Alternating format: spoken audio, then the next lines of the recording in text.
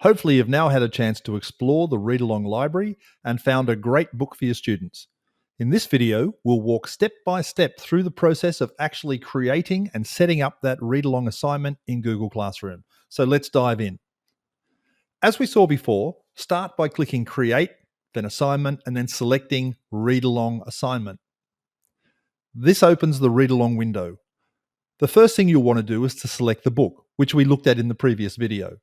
Don't forget to preview it first to make sure it's right for your students. You'll also notice that there's an option for the book to be read aloud or read silently. The silent reading option is terrific in cases where you'd prefer to let the students read to themselves, but note that you won't get reading data from silent reading assignments, only comprehension data if the book includes comprehension questions. So for now, let's just choose the Read Aloud option and add the book to the assignment by clicking the blue Attach button. Now you see the book is attached to the assignment.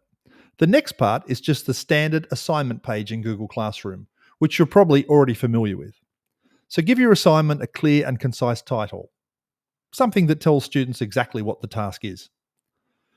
Below the title, you have the instructions box.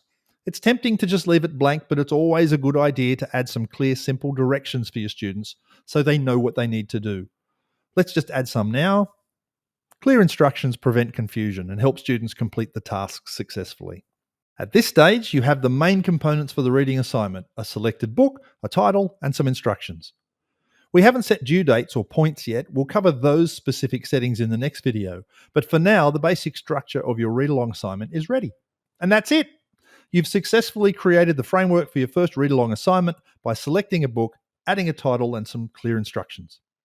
In the next video, we'll look at customizing the assignment further using standard Google Classroom settings like points, due dates, and topics. Thanks for watching.